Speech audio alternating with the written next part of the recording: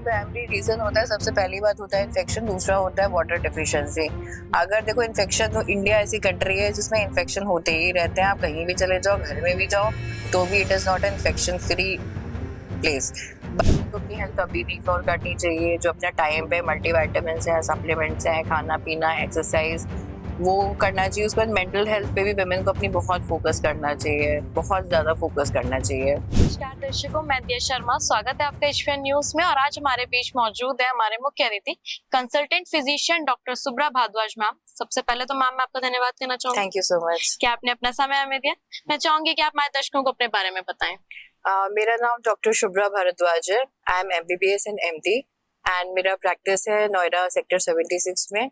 And आज मुझे ma'am ने बुलाया है, उनको कुछ सवाल जवाब करने थे about the role of consultant physician, और या फिर जनरल फिजिशियन की क्या भूमिका होती है पॉपुलेशन में। सबसे पहले तो मैम आपको बेस कितना ईयर का एक्सपीरियंस हो चुका है अपने इस फील्ड में? मुझे 15 इयर्स प्लस का एक्सपीरियंस हो चुका है। तो मतलब अगर हम नॉर्मली बात करें तो जनरल फिजिशियन होते कौन है? देखिए, जनरल फिजिशियन होते हैं कि जो एक जो हमें नॉर्मल बीमारियां जैसे हमारी होती है, खांसी, जुकाम, बुखार, ब्लड प्रेशर, शुगर, तो एक जैसे आपके एक फैमिली फिजिशियन होते हैं जिनको आप जाके अप्रोच करते हो। जैसे कि आपको सिर दर्द हो रहा है, तो हो सकता है आपको न्यूरोलॉजी की भी कोई प्रॉब्लम हो, लेकिन सबसे पहले आप अपने फैमिली डॉक्टर को अप्रोच करते हो। तो वही होते हैं फिजिशियन, जो कि usually first point of primary contact होते हैं, जो कि आप उनको जाके सारी बातें बता सकते हो। अभी कुछ कुछ स्पेसिफिक हो जाते हैं, जैसे कि कुछ गायनेकोलॉजिस्ट होते हैं, अलग होते हैं, तो आगे आपको आपके जो फिजिशियन है वो रेफर करते हैं कि आपको किस डॉक्टर के पास में एग्जैक्टली जाना चाहिए। सो मैम, जैसे अभी नॉर्मली हम बात करें, इतनी सारी बीमारियां चल रही हैं, हाँ। तो एक जनरल फिजिशियन का क्या रोल प्ले होता है कि वो बीमारियों को स्टार्टिंग में ही पहचान लेते हैं? हाँ। है ना? हाँ। तो वो क्या रहता है? देखो, वो तो अपना जैसे हम प्रैक्टिस करते हैं तो एक्सपीरियंस के ऊपर हो जाता है। कुछ बीमारियों के स्पेसिफिक सिम्टम्स होते हैं, कुछ चीजें होती हैं जो कि हम बहुत जल्दी, जैसे कि मैंने बताया, या तो हम उसको ट्रीट कर देते हैं एज सच, या फिर उसको रेफर कर देते हैं। मोस्टली ट्रीटेबल होती है, सम कुछ को रेफर करने की जरूरत होती है। मैम, जैसे आजकल काफी सारी ऐसी बीमारियां जो लोगों को लगता है बहुत छोटी मोटी है, जैसे नॉर्मल एक फीवर आना, तो लोगों को लगता है ठीक है अभी मौसम है इस वजह से फीवर आ रहा होगा, तो लोग नजरअंदाज कर देते हैं। तो वो आगे चल के कितना ज्यादा हार्मफुल हो सकता है किसी की? देखो, वो हो भी सकता है, वो नहीं भी हो सकता। अगर परसेंटेज की बात करें तो 20, अगर परसेंटेज की बात करें तो अराउंड 50% फीवर्स ऐसे हैं जो कि कॉम्प्लिकेट नहीं होते हैं, बट 50% कॉम्प्लिकेट हो जाते हैं। अभी हमारा जो इंडियन पॉपुलेशन है काफी स्मार्ट हो चुका है, सब लोग गूगल यूज करते हैं, बहुत सारा। एक्चुअली कोविड के बाद तो बहुत सारे लोगों को नॉलेज हो भी चुकी है बहुत ज्यादा, तो कुछ लोग अपने आप दवाइयां खा लेते हैं, ठीक भी हो जाते हैं। कई कई मेरे पेशेंट्स ठीक भी हो जाते हैं, ऐसी बात नहीं है। कई बार पुराने प्रिस्क्रिप्शन से भी लोग ठीक हो जाते हैं, देख के उसको देख लेते हैं कि उसमें क्या दवाई लिखी थी, वही खरीद के खा के ठीक हो जाते हैं। बट हाँ, ऐसा करना मैं नहीं बोलूंगी कि पूरा 100% सही है, थोड़ा तो मतलब गलत है, ऐसा नहीं करना चाहिए। इसके अलावा मैम, जैसे आजकल लोग सर्टिफिकेट भी ले रहे हैं, हेल्थ सर्टिफिकेट ले रहे हैं, तो वो कैसे, मतलब अगर एक रूटीन चेकअप कराना, क्योंकि आजकल तो लोग कंसल्ट ही नहीं करना चाहते। नॉर्मली दिखता है कि किसी को कुछ हो भी रहता है वो पहले होम रेमेडीज वगैरह पहले करते हैं, उसके बाद जाके जब कुछ सीरियस हो जाता है तब वो कंसल्ट करते हैं डॉक्टर के पास जाके। तो वो कितना ज्यादा हार्मफुल रहता है? अपने घर पे ट्रीटमेंट करना तो देखो बहुत ज्यादा आजकल, तो अगर पहले के कंपैरिजन में बोलेंगे तो आजकल का जो हमारा पॉपुलेशन है वो ज्यादा अवेयर हो चुका है। पहले इतना अवेयर नहीं होता था पॉपुलेशन, अभी ज्यादा अवेयर पॉपुलेशन है। आजकल होम ट्रीटमेंट्स कम हो गए हैं। यूजुअली जैसे नोएडा जैसी जगह पे लोग जल्दी डॉक्टर के पास में जाना प्रेफर करते हैं, बिकॉज उनको काम, एक्चुअली बेसिकली कॉर्पोरेट लोग ज्यादा है यहाँ पे, तो उनको ठीक होके काम पे जाना होता है। तो आजकल वो कम होता है होम बेस्ड ट्रीटमेंट, एंड लोग यूजुअली अपने डॉक्टर के पास में चले जाते हैं। एंड घर का ट्रीटमेंट तो सही नहीं है, स्पेशली मानसून में बहुत सारे फीवर्स होते हैं, तो मानसून में तो ठीक नहीं है। स्पेशली जब डेंगू होता है या हेमरेजिक फीवर्स होते हैं तो मानसून में ठीक नहीं है। It's not correct. इसके अलावा मैम, मेडिकल फिटनेस सर्टिफिकेट कितना इम्पोर्टेंट है किसके? वो लोग मांगते हैं, आजकल कंपनीज मांगते हैं, स्कूल्स मांगते हैं, तो वो उनका रिक्वायरमेंट होता है। वो लोग अपनी जगह पे सही होते हैं, एंड वो रिक्वायर्ड होता है बिकॉज आई थिंक वो लोग इंश्योरेंस वगैरह भी देते हैं अपने एम्प्लॉयज को। तो अगर वो अपने एम्प्लॉयज को इंश्योरेंस दे रहे हैं तो फिर उनको हेल्थ सर्टिफिकेट तो चाहिए होगा। तो वो सारा आते हैं मेरे पास में पेशेंट, बहुत सिंपल होता है, इतना कुछ डिफिकल्ट नहीं मतलब होता मैम है। उससे ये होता होगा ना कि सामने जो पेशेंट है उसका भी एक बारी कंसल्ट हो जाता होगा जब वो डॉक्टर के हाँ पास जाके एक हाँ रूटीन चेकअप कराता होगा, हाँ, तो है वो कि हो वो थोड़ा जाता है अवेयर हो अपना। जाता है कि अगर कोई प्रॉब्लम ना हो रखी हो। हाँ, वो थोड़ा बहुत मेजर ग्रॉसली कवर हो जाता है और उसमें। रूटीन चेकअप कितने टाइम में इम्पोर्टेंट है, लाइक 6 मंथ्स में या साल में कितना? देखो, अगर कोई पेशेंट नॉर्मल है जैसे कि मैं और आप हैं, we are absolutely fine, and खैर आपकी तो एज बहुत कम है, मेरी एज ज्यादा है, तो जैसे आपकी एज में तो फिर भी उतना रिक्वायर्ड नहीं है, you can ignore, although you should not ignore, but of course many people ignore. लेकिन एक बार हम जैसे 30 में पहुंच जाते हैं, 30 से लेके 50 एज ग्रुप में वंस अ ईयर तो रिक्वायर्ड होता ही है, मिनिमम वंस अ ईयर। उसके बाद अगर आपके टेस्ट में कोई प्रॉब्लम आ रही है तो यू कैन जस्ट, आप अपने डॉक्टर को दिखाओगे एंड वो आपको दवाई देंगे और फिर बताएंगे कि जो जो पैरामीटर्स खराब आए हैं वो पैरामीटर्स मतलब कितने टाइम पे रिपीट कराने हैं, वो डॉक्टर डिसाइड करते हैं। यूजुअली 1 मंथ होता है, 3 मंथ होता है, एंड 50 के ऊपर तो सबको कुछ ना कुछ प्रॉब्लम आती ही है फुल बॉडी टेस्ट में।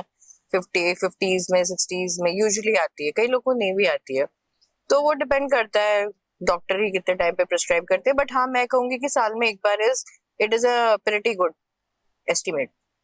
इसके अलावा मैम जैसे आजकल डिजिटल का टाइम है तो काफी सारे पेशेंट होते होंगे जो आपसे डिजिटली या ऑनलाइन वीडियो कॉल पे कंसल्ट करते होंगे, तो वो कितना ज्यादा सेफ है? मतलब अगर आप कैसे देख के सिर्फ वीडियो कॉल पे बता सकते? नहीं, वीडियो कॉल पे देखे देखो किसी को 100% नहीं बताया जा सकता है। एज अ डॉक्टर मैं नहीं कहूंगी कि 100% मैं ट्रीटमेंट कर सकती हूँ, मैं नहीं कर सकती हूँ।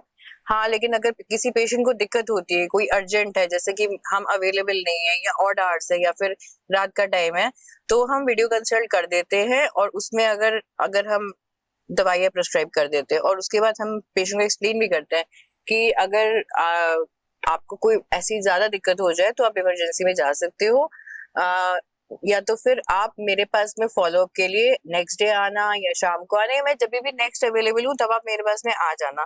मैं हमेशा ये कहती हूँ, मैं कभी नहीं कहती कि आप ऑनलाइन कंसल्ट कर लो और छुट्टी पे चले जाओ। मुझे नहीं लगता कि वो पॉसिबल है, मुझे नहीं लगता कि वो होना भी चाहिए। उसके 2-3 रीजन है। एक तो डॉक्टर पेशेंट का रिलेशनशिप ऑनलाइन से स्टैब्लिश होता नहीं है। यूजुअली मैं तो जितने करती हूँ वो मेरे मतलब पेशेंट होते हैं जो मुझे दिखा रहे हैं, जो ऑलरेडी मुझे जानते हैं, और बीच में कुछ ऑनलाइन प्लेटफॉर्म्स आए थे, बट बहुत अच्छा एक्सपीरियंस मेरा तो नहीं रहा उनके साथ में। तो मैं अपने पेशेंट्स का ही करती हूँ और मैं सबको ये सजेस्ट करती हूँ कि अगर आप ऑनलाइन कंसल्ट करा रहे हो तो आप नियर बाय डॉक्टर से कराओ और उसको फॉलो अप कर लो 1-2 दिन में जैसे भी।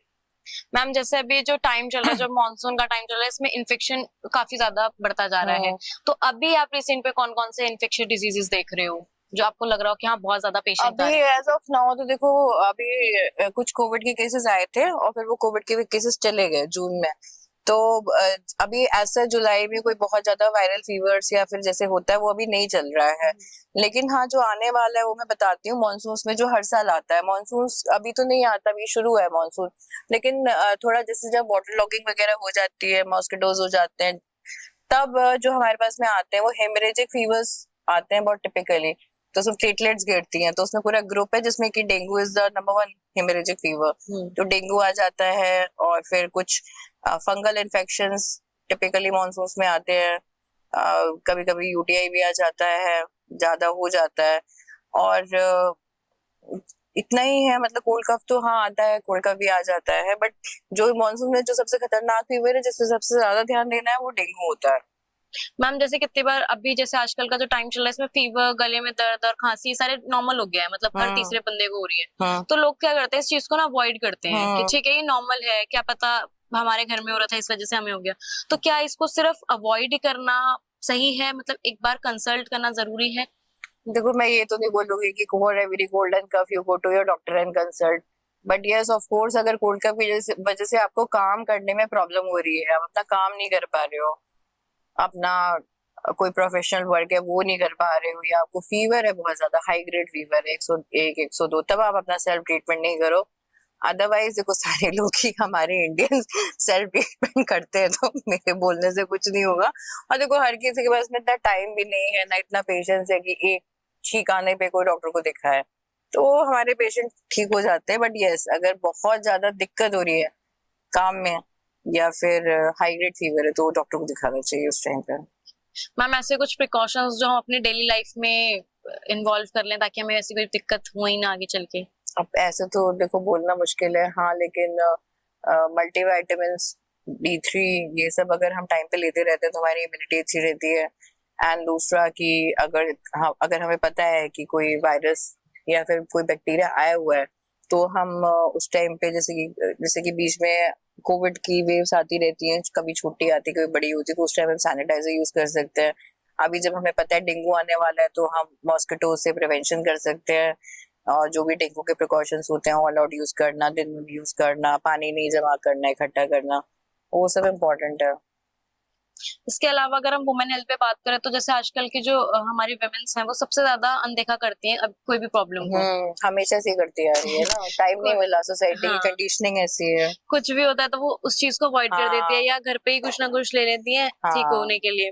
तो वो कितना ज्यादा खराब है, मतलब बहुत ही खराब है, बहुत ही खराब है। हमारे कल्चर में ऐसे बोला जाता है कि women, a good women is a sacrificing women, so women sacrifice करती जा रही है, एंड उस वजह से उसको एक हाई पेडेस्ट्रल पे रखा जाता है। तो सारे वुमेन को लगता है कि जैसे आई डिलीवर्ड अ बेबी, या फिर चलो प्रेगनेंसी में तो चलो वुमेन का ही ध्यान रखा जाता है, वो हमारे कल्चर में। लेकिन यूजुअली मैंने देखा है after delivery, in the postpartum, जब उनके छोटे बच्चे होते हैं, वो ब्रेस्ट फीड करा रहे होते हैं, तब वो सबसे ज्यादा अपनी हेल्थ नेग्लेक्ट करते हैं। और कई बार ज्यादा, मतलब जैसे कि एल्डरली हो जाते हैं, वो भी कर देते हैं। बट बहुत इंपॉर्टेंट है, मुझे नहीं लगता ऐसा करना चाहिए। It is very important because women, जो वर्किंग वुमेन है, वो बाहर भी काम करते हैं, घर पे भी काम करते हैं, और जो घर पे वुमेन काम करते हैं वो तो बहुत ही ज्यादा काम करते हैं, उनकी तो छुट्टियां भी नहीं होती है। इस वजह से वुमेन को अपनी हेल्थ कभी नहीं इग्नोर करनी चाहिए। जो अपने टाइम पे मल्टीविटामिन्स हैं, सप्लीमेंट्स हैं, खाना पीना, एक्सरसाइज, वो करना चाहिए। उसके बाद मेंटल हेल्थ पे भी वुमेन को अपनी बहुत फोकस करना चाहिए, बहुत ज्यादा फोकस करना चाहिए। मैम इसके अलावा जैसे अभी आपने बात करी थी यूटीआई की, तो काफी सारी गर्ल्स हैं या वुमेन्स हैं जिन्हें लगता है यूटीआई सिर्फ जैसे हम हॉस्टल में हैं या बाहर होटल्स वगैरह में जा रहे हैं और वॉशरूम यूज करें तो इस वजह से होता है। तो क्या सिर्फ वही रीजन है यूटीआई होने का या इसके अलावा भी? देखो, यूटीआई होने का जो प्राइमरी रीजन होता है, सबसे पहली बात होता है इन्फेक्शन, दूसरा होता है वाटर डेफिशिएंसी। अगर देखो इन्फेक्शन, तो इंडिया ऐसी कंट्री है जिसमें इन्फेक्शन होते ही रहते हैं, आप कहीं भी चले जाओ, घर में भी जाओ, तो भी it is not an infection free place. But अगर आप पानी ज्यादा पीते हो तो क्या हो जाता है कि वो इन्फेक्शंस हिट करते हैं। अगर आप पानी ज्यादा पीते रहते हो, 5 to 6 लीटर्स अ डे पियोगे, तो यूजुअली आपको यूटीआई नहीं होगा।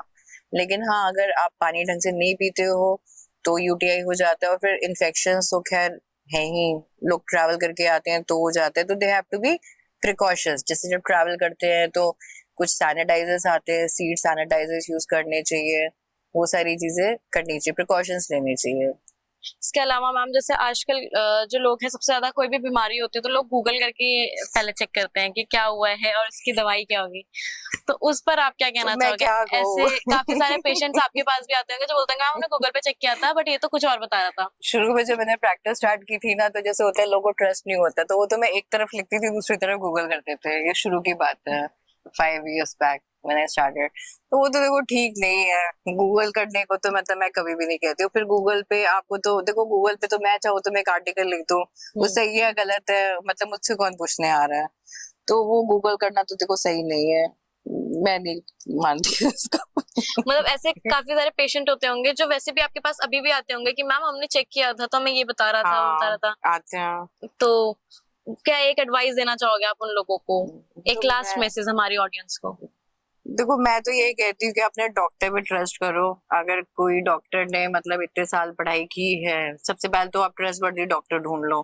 मुझे पता है कि आपको दिक्कत होगी, पे सारे पेशेंट्स को दिक्कत होती है किसी के ऊपर भी ट्रस्ट करने में, डॉक्टर के ऊपर स्पेशली ट्रस्ट करने में। तो पहले अपने एक ट्रस्टवर्दी डॉक्टर ढूंढ लो आप, एंड फिर आप गूगल मत करो।